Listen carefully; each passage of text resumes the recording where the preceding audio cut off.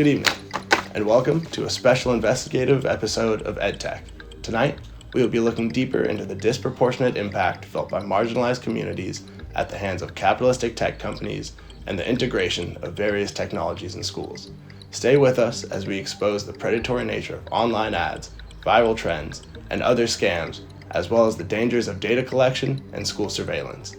We will finish our program tonight with the search to find ways to keep students safe and provide a more equitable school and online environment for everyone. I'm Ethan, joined by Nolan, Alana, Jessie, and Oceana. This is EdTech 166. So you want a cute apartment, but you're broke. Welcome to Bougie on a Budget. So today I'm at Target. Welcome to Bougie on a Budget. So today I'm at Marshall. Welcome to Bougie on a Budget. So today I'm at 5. Can we all agree that Amazon is just the best place ever? So for $58, I got these LED lights. We've moved and I found an even better product that I wanted to share.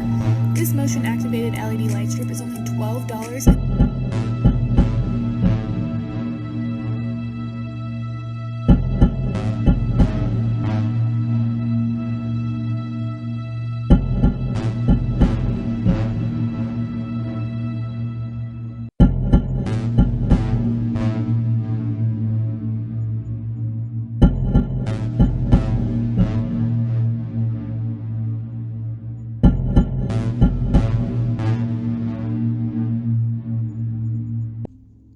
This is a massive problem which marginalized communities are having to face.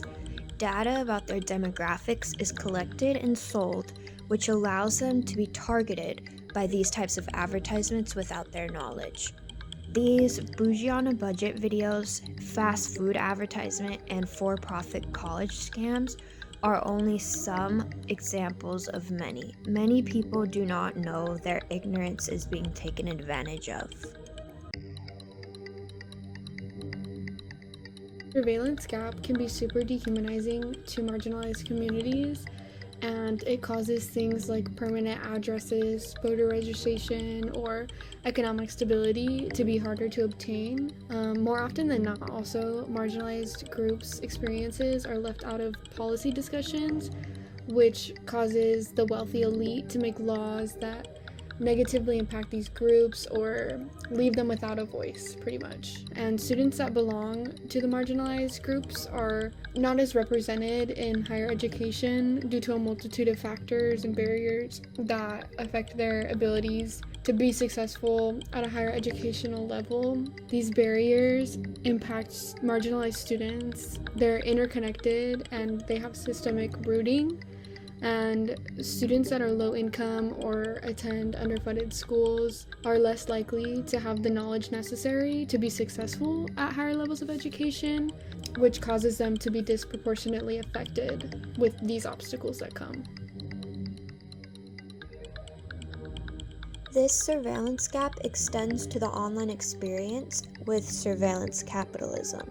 This problem of surveillance capitalism doesn't stop at advertising. There are arguably worse and more violating ways data collection is being used against marginalized groups. To give context, someone's data, what they search, what they click on, their photos they post, and much more, can expose a variety of things about them, such as their race. One way this information is being taken advantage of is through online redlining.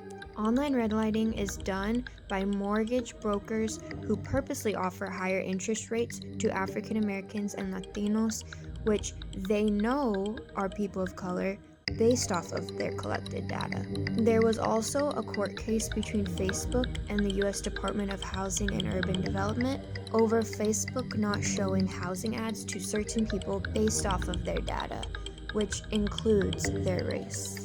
Another violating example is when the FBI accessed location data from people's phones during the Black Lives Matter protests to see who was at the protest and in the area of the police headquarters, which were set on fire.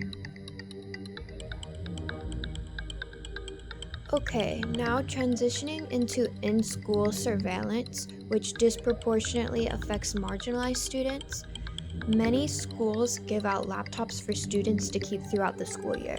The majority of the time, These laptops have 24/7 surveillance programs installed to monitor student activity and make sure students aren't doing inappropriate things on their computers.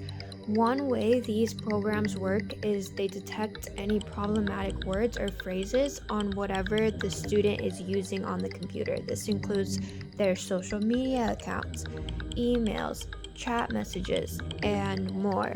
Additionally, they alert the school when something is detected.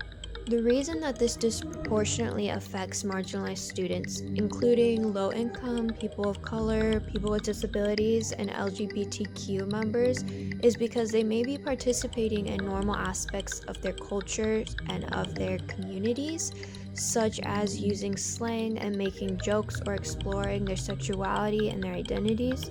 Is it morally just for these program creators to dictate what is appropriate and inappropriate when they're dealing with a wide array of cultures and communities? The worst part of these programs alerting the school is that the schools can involve law enforcement if they feel that it's necessary, or take disciplinary action against these students. This contributes to the school-to-prison pipeline, which marginalized students, specifically students of color, are victims of. Data privacy and collection are now more than ever a part of the conversation surrounding education.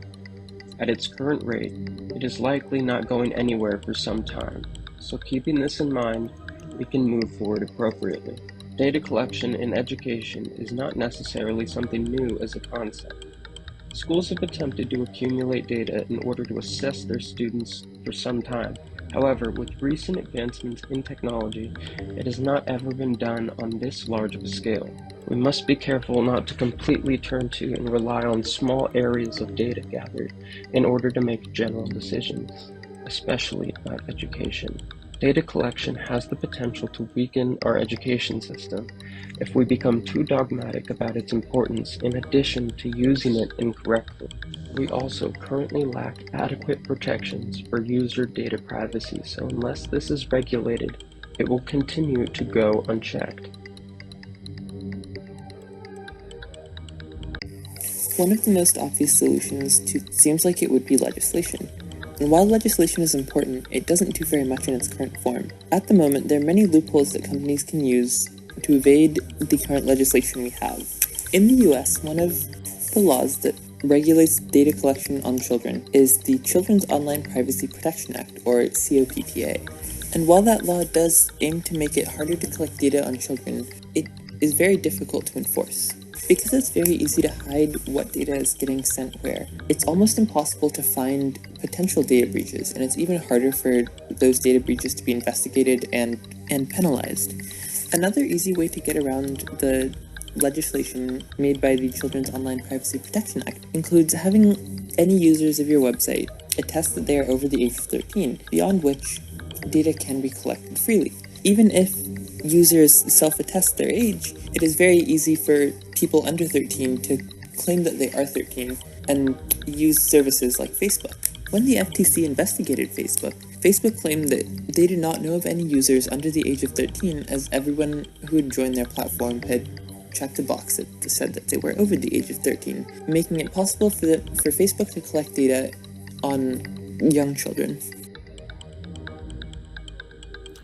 Another possible solution to help combat the targeting of marginalized groups is critical media literacy. Critical media literacy gives students and teachers the tools to analyze and critique the media they encounter in both school settings and recreational settings like social media. Critical media literacy teaches students to look deeper into the media they are exposed to on a daily basis. This 6-part framework of critical media literacy provides an example of the concepts and questions that guide students and teachers as they probe for a deeper understanding of the media they encounter. By successfully engaging critical media literacy, it allows students and teachers to question the dominant narrative of who and what is normal, as well as fight back against the marginalization that many communities encounter. Critical media literacy is a complex idea and requires many different skills to be implemented correctly. It is more than just a system to analyze media, but also serves to help give students the tools to create their own media and publish counter-narratives that increase the representation of marginalized communities.